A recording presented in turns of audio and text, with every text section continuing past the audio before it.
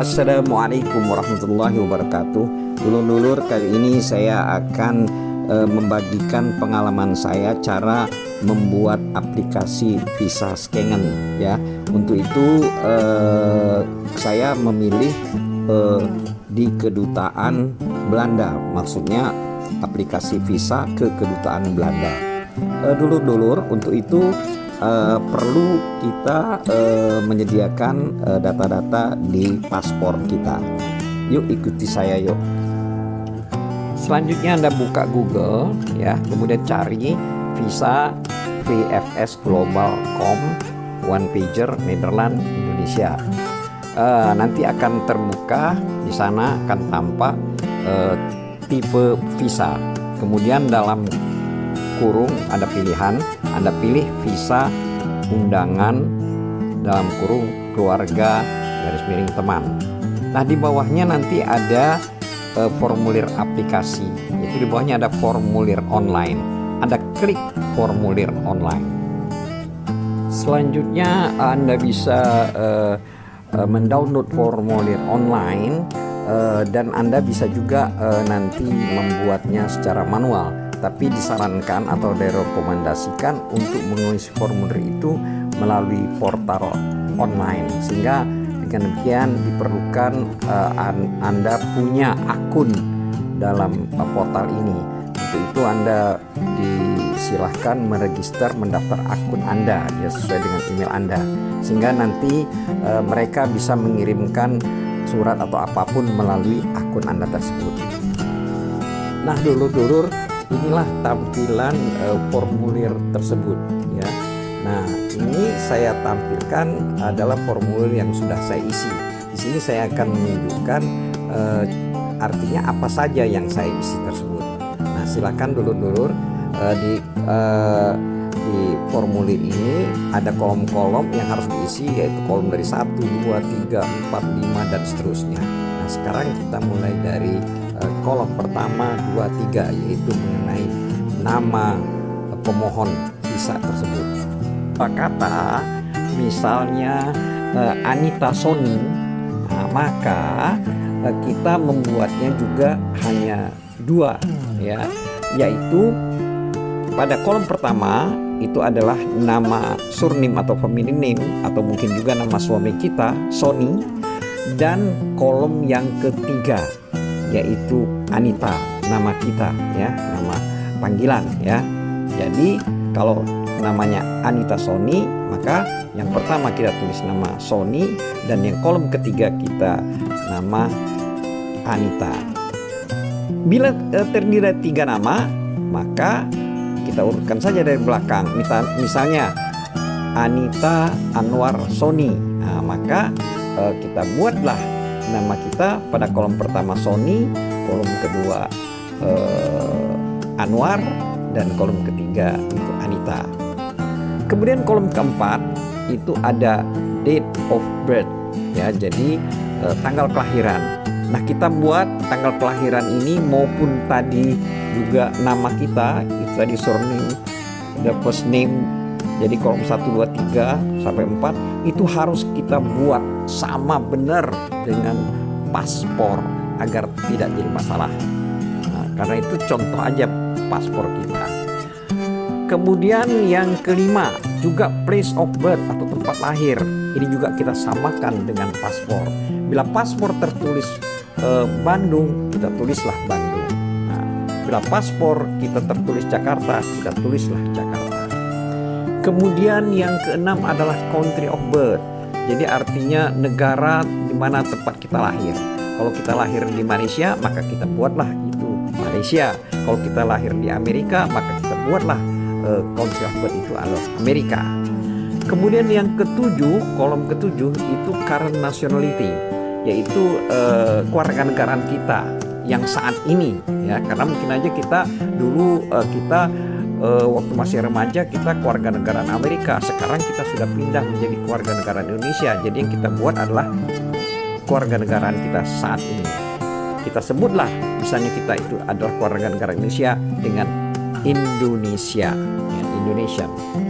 Kemudian national at birth if different. Kemudian Kalau kita dulu pada saat kita lahir kita mempunyai kewarganegaraan yang berbeda dengan pada saat sekarang yang berbeda, nah itu harus kita buat ya. Misalnya kalau dulu kita waktu lahir kita adalah warga negara Amerika, maka kita buat ya difference ya Amerika misalnya demikian. Kemudian oh ya, sebagai catatan nomor 7 itu kalau berbeda kita bikin saja kali ya, tidak usah kita tulis ya, kita bikin saja kali ya. Kemudian 8 yaitu jenis kelamin atau seks, itu kita sesuaikan. Bila kita perempuan maka kita buat female. Jadi cara membuatnya bagaimana? Kita beri tanda silang di kata female, di belakang kata female ya.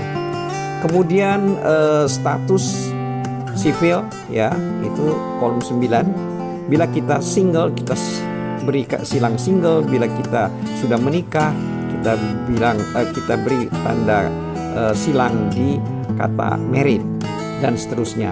Termasuk juga bila kita misalnya cerai, itu kita bikin tanda silang di divorce dan sebagainya. Kemudian yang ke-10, saya kira ini saya kemarin tidak saya isi karena saya tidak merasa bahwa ini adanya perbedaan ya. Jadi saya kosongkan kolom 10 ini. Kemudian kolom 11 itu saya isi adalah nomor KTP saya. Jadi National Identity Number. Jadi ini nomor KTP, bukan nomor paspor. Jadi nomor KTP. Kemudian kolom 12 ini adalah type of travel document. Jadi maksudnya tipe paspor kita. Kalau saya kemarin paspor saya paspor biasa, yaitu paspor normal, maka saya buat tanda silangnya di normal paspor. Tapi bila Anda itu seorang diplomatik, nah, jadi mungkin menggunakan paspor diplomatik, Anda beri silang di diplomatik paspor dan sebagainya. Kemudian kita ke halaman berikutnya, yaitu halaman 2 dari formulir ini. Yang ke-13, kolom ke-13, number of travel document. Jadi ini baru nomor paspor kita ya. Kita lihat buku paspor kita, maka kita bisa melihat nomor paspornya itu. Biasanya bisa juga ada di bolong-bolongin itu juga ya. Kemudian tanggal penerbitan paspor, itu kolom 14, kapan paspor kita diterbitkan. Dan ke-15 adalah kapan paspor kita berakhir ya. Jadi biasanya kalau paspornya itu biasanya kalau saya kemarin paspornya jangka waktu sahnya validnya itu 5 tahun, sehingga waktu dia dikeluarkan misalnya 27 Juni 2022, maka akan berakhir atau valid until 27 Juni juga tahun 2027. Jadi 5 tahun berikutnya. Kemudian kolom 16, issued by, maksudnya di sini negara yang mengeluarkan paspor. Maka tentu saja saya buat Indonesia. Nah, kemudian kolom ke-17 yaitu mengenai data personal dari keluarga kita yang mengundang kita. Nah, karena saya itu adalah anak saya, jadi otomatis kolom 17 ini tidak saya isi. Tapi kalau misalnya ternyata adalah kerabat Anda yang misalnya adalah warga negara Eropa, maka Anda harus buat data-datanya. Nama surname-nya apa, ya. Kemudian first name dari saudara Anda itu apa, kemudian tanggal lahirnya berapa, kemudian kebangsaannya apa dan sebagainya, juga termasuk juga nomor paspornya berapa. Nah, untuk itu Anda harus tanya sama keluarga Anda yang mengundang itu. Tapi karena kalau saya itu karena itu anak saya dan dia adalah warga negara Indonesia, jadi tidak saya isi. Ini nomor 17 saya kosongkan. Kemudian nomor 18 itu juga saya kosongkan, nomor 18 ya, karena itu juga berkaitan dengan kewarganegaraan Eropa, juga Inggris dan sebagainya. Kemudian yang ke-19, kolom yang ke-19 itu adalah kita menuliskan alamat rumah kita dan email address. Nah, seyogyanya atau sebaiknya alamat rumah kita itu kita sesuaikan dengan KTP kita, ya, dengan KTP kita, ya. Mungkin di paspor tidak ada alamatnya, kalau ada alamatnya kita sesuaikan juga dengan alamat di paspor, tapi sebaiknya dengan alamat di KTP kita. Kemudian jangan lupa juga mencantumkan email address, alamat email kita. Apa alamat email kita? Mungkin Atina atau Anita @gmail.com, ya, dan seterusnya, itu kita cantumkan. Maksudnya mungkin nanti pada saat kedutaan atau pihak VFS agen visa ini ingin memberikan kabar kepada kita, dia bisa langsung mengirim berita ke alamat email kita. Kemudian nomor 19 ini masih ada, yaitu telepon number. Ini adalah nomor HP kita. Kita cantumkan nomor HP kita, ya. Jangan lupa kalau saya kemarin saya beri juga kode negara kita, kode negara yaitu kode HP, ya. Karena mungkin nomor HP-nya misalnya 082116666666, maka saya beri di depannya sebagai kode Indonesia adalah +62. Nah, nolnya sudah saya buang jadi 62822222 misalnya demikian, ya. Jadi kemudian untuk kolom ke-20 ini saya isi no. Jadi itu ada no dan yes, ya. Jadi yang saya isi adalah no, atau jadi saya beri tanda kali. Karena apa? Karena alamat saya pada saat ini adalah sama dengan kewarganegaraan saya saat ini. Karena di situ maksudnya resident in a country other than the country of current nationality. Jadi alamat di suatu, ada maksudnya yang ditanya ada alamat nggak di lain daerah selain dari alamat kita pada saat ini, ya, yaitu sesuai dengan kewarganegaraan kita, jadi di Indonesia. Kemudian yang ke-21 itu current occupation. Karena saya pensiunan, saya buat saja pensiun, ya. Tapi kalau kita misalnya ibu rumah tangga karena tidak bekerja, kita buat saja unemployed, ya. Namun kalau ternyata kita itu bekerja misalnya sebagai manajer, maka kita buatlah di situ manajer. Nah, tapi tentu saja kita harus mengisi secara tidak langsung untuk kolom ke-22. Tapi kalau kita pada kolom 21 kita tidak mengisikan bahwa kita itu bekerja, misalnya employed tapi unemployed atau pensiun, maka kolom 22 ini tidak perlu diisi. Tapi bila kita isi bahwa kita itu adalah karyawan, misalnya pada kolom 21, maka pada kolom 22 haruslah kita isi data alamat dari atasan kita atau majikan kita beserta nomor teleponnya, ya. Begitu juga bila dia seorang mahasiswa, ya, itu harus dicantumkan nama perguruan tingginya, ya, alamatnya.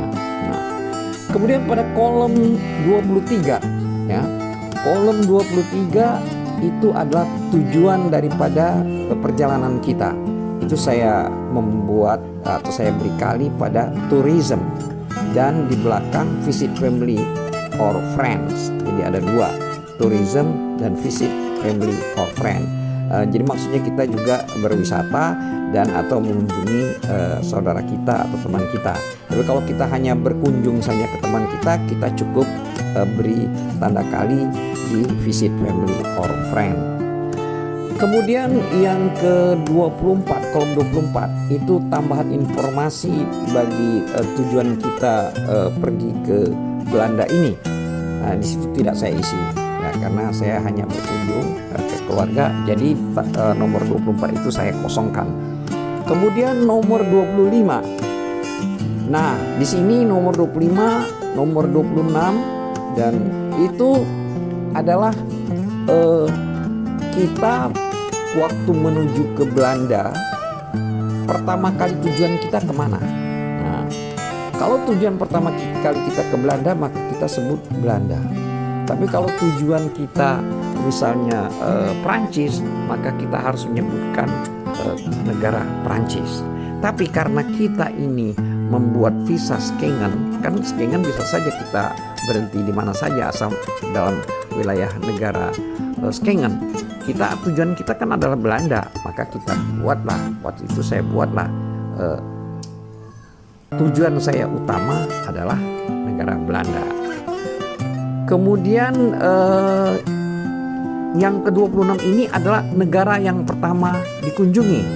Juga saya sebut Belanda. Karena apa? Saya naik pesawat, nanti turunnya langsung ke Belanda, yaitu Schiphol. Tapi kalau kita misalnya turunnya di bandara, misalnya saja di bandara Jerman, misalnya Düsseldorf misalnya, maka yang ke-26 ini kita harus cantumkan negara yang pertama kita kunjungi, yaitu Jerman. Ya, Jerman. Nah, jangan Belanda, walaupun tujuan utama kita Belanda, tapi karena kita barusan mendarat di negara Eropa atau Schengen ini, kita mendaratnya di Jerman, maka kita harus tuliskan Jerman. Nah, kemudian dari kolom 26 ini di samping itu ada diisi berapa lama kita akan tinggal di Schengen atau wilayah Schengen, di wilayah Belanda ini, Eropa ini. Kalau kita misalnya 30 hari ya kita buat 30 hari. Kalau 60 hari kita buat 60 hari. Tapi di situ ada maksimum ya 90 hari. Jadi tergantung kita. Kalau misalnya saya buat 41 hari lebih kurang ya. Jadi saya buat 41 hari terkesak.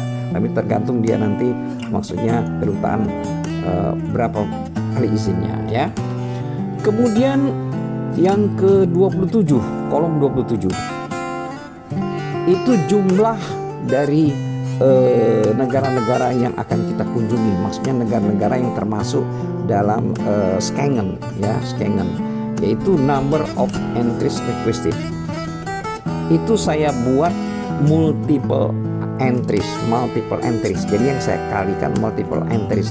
Artinya saya itu akan masuk Belanda ya, mungkin saya keluar dari Schengen, misalnya saya ke Turki, semua saya bisa lagi masuk ke Belanda lagi, asal dalam jangka waktu visa yang diizinkan ya.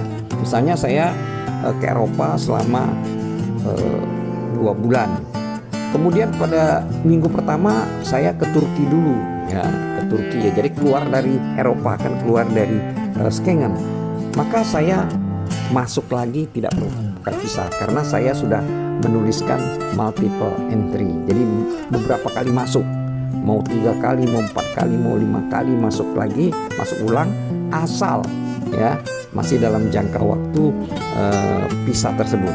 Misalnya tadi 2 bulan, kemudian pada tanggal misalnya pada minggu kedua ternyata saya kembali lagi ke tanah air karena ada keperluan. Nah setelah itu saya kembali lagi, seminggu kemudian saya kembali lagi ke Belanda. Nah itu tidak menjadi persoalan. Tapi kalau kita hanya membuat single entry, yaitu yang single entry yang kita beri tanda kali ya, tanda X ini ya, kita conteng istilahnya, maka kita hanya dibolehkan sekali. Kalau tidak keluar, misalnya baru 2 minggu kita di Belanda atau di Eropa, kemudian kita tahu ada panggilan mendadak ke tanah air, kita pulang ke tanah air, walaupun masih dalam jangka waktu misalnya 3 bulan ya, kemudian misalnya minggu keempatnya kita kembali lagi ke Belanda, maka kita harus bikin visa baru karena kita sudah di situ tercantum hanya single entry, jadi sekali masuk. Nah, tapi kalau yang tadi kita bikin kali adalah multiple entry, jadi beberapa kali masuk ya, terserah mau berapa kali masuk kita bisa ya, asal masih dalam jangka waktu visa yang diberikan ya. Kemudian kita dibuat di situ kira-kira kedatangan kita ke misalnya ke Belanda itu atau ke Schengen area atau negara-negara masuk Schengen itu tanggal berapa. Nah misalnya kita mulai berangkat dari tanah air misalnya 1 Agustus 2003, ya kita buat saja di 1 Agustus 2023. Otomatis nanti kita harus meninggalkan Schengen misalnya 90 hari atau 60 hari, berarti Agustus tanggal 1 Oktober 1 November kita harus sudah meninggalkan Schengen gitu. Jadi di sini jumlahnya. Nah, realisasinya walaupun mungkin kita di sini kita membuat 1 Agustus, ternyata kita baru bisa berangkat tanggal 10 Agustus. Tidak menjadi persoalan, ya, tidak menjadi persoalan. Namun keluarnya dari area Schengen atau dari Belanda atau wilayah Eropa itu, bila tercantum di situ keluarnya itu tanggal misalnya 30 Oktober, nah maka kita harus keluar 30 Oktober. Tidak boleh lewat dari itu, ya, tidak boleh lewat dari tanggal 30 Oktober. Kemudian yang ke kolom yang ke-28 itu fingerprints collected previously for the purpose of applying for the Schengen visa. Jadi kita ditanya apakah kita pernah membuat sidik jari kita untuk permohonan visa Schengen. Ya, kalau misalnya tidak, maka nanti kita harus membuat sidik jari yang baru. Tapi kalau kita sudah pernah, maka kita harus sebutkan. Tapi harus dalam jangka waktu 5 tahun ke belakang. Misalnya kalau sekarang 2023, berarti paling tidak 2018 kita sudah pernah misalnya fingerprints, ya. Namun kalau misalnya 2015 artinya jauh, 6 tahun yang lalu, 7 tahun yang lalu, tetap kita ulangi lagi. Tidak usah diisi yang bagian ini, kita sebut saja no, ya. Kalau ternyata kita sudah lebih dari 5 tahun. Kemudian kolom yang ke-29, entry permit for final country of destination. Nah, di sini kita diisi negara mana nanti yang akan kita maksudnya kita keluar dari Schengen pada saat-saat terakhir dari perjalanan kita. Misalnya saya kan mau ke Belanda. Nah, ternyata saya nanti sudah ke Belanda, saya ke Jerman, kemudian ke Swiss dan sebagainya. Ternyata saya nanti keluar dari Schengennya misalnya dari Spanyol. Ya, dari Spanyol saya langsung baru kembali ke tanah air. Maka ini harus saya isi, ya. Nah, misalnya. Tapi kalau saya tetap masuknya dari airport di Belanda, kemudian keluarnya juga dari airport Belanda, ini tidak perlu kita isi, ya. Jadi dengan kata lain, tidaklah saya isi, ya. Jadi nomor 29 tidak saya isi. Kemudian yang ke-30 yaitu kolom 30. Ini adalah data-data dari keluarga kita yang mengundang. Misalnya namanya Beni, maka kita buatlah namanya Beni, nama lengkapnya, ya, Beni apa misalnya. Kemudian alamatnya di mana? Nah, ini juga kita buat alamatnya. Misalnya Beethovenland nomor 50, ya, Tilburg dan sebagainya. Termasuk juga kalau di sini ada emailnya, email dari keluarga kita yang mengundang itu. Kalau ada kita cantumkan di sini. Kalau perlu harus kita cantumkan di sini. Namun kalau misalnya kita itu pergi bukan karena undangan, jadi karena turis, memang hanya turis, maka kita cantumkan di sini alamat hotel yang sudah kita pesan, ya. Dan di sampingnya itu termasuk nomor teleponnya. Kalau tadi misalnya kita nginapnya di hotel, maka nomor telepon hotel. Tapi kalau kita memenuhi undangan keluarga kita, maka teleponnya adalah telepon dari keluarga kita tersebut. Kemudian pada kolom 31 itu nama dan alamat perusahaan yang mengundang kita. Di sini kolom 31 tidak saya isi karena yang mengundang saya itu adalah keluarga saya. Jadi bukannya perusahaan. Jadi kolom 31 ini saya kosongkan. Kemudian kolom ke-32 yaitu mengenai biaya traveling dan living. Jadi biaya perjalanan dan akomodasi selama kita di Belanda, ya. Di situ saya buat bahwa by applicant himself. Jadi maksudnya biayanya itu semuanya adalah tanggungan saya. Nah, di sini yang saya buat yang menjadi tanggungan saya itu adalah pertama uang cash. Ya, saya bikinlah di sini silang itu di cash. Karena saya tidak pakai travel check dan tidak pakai credit card, ya. Saya cuma uang cash dengan menggunakan debit, ya. Hanya debit, ya. Nggak ada credit card saya. Kemudian mengenai prepaid akomodasi itu juga saya yang bayar, ya. Maksudnya kalau saya misalnya ternyata harus nginap di hotel sebelum saya sampai ke Belanda, nah itu saya. Termasuk juga di sini prepaid transport, ya. Maksudnya ongkos bus, kemudian taksi dan sebagainya, ya. Ini juga saya yang menanggungnya, sehingga semuanya ini saya bikin silang-silang atau kali-kali, ya. Nah, kemudian kolom di sebelahnya itu adalah apakah ada juga biaya-biaya yang ditanggung oleh keluarga kita yang mengundang atau organisasi. Nah, di sini saya juga bikin silang, yaitu saya buat di place specify. Nah, di place specify itu Nederland, kemudian nama dari keluarga saya, ya. Saya buat di sini refer to infill 3031. Jadi saya buat nama keluarga saya beserta negaranya. Kemudian apa saja yang ditanggungnya, yang dibantunya, saya buat di sini adalah accommodation provided. Jadi itu yang saya bikin kali, ya. Dan kata lain untuk cash itu tidak, kemudian biaya tidak, tapi hanya akomodasi dengan kata rumah dari keluarga saya tersebut, ya, dia menyediakan rumah.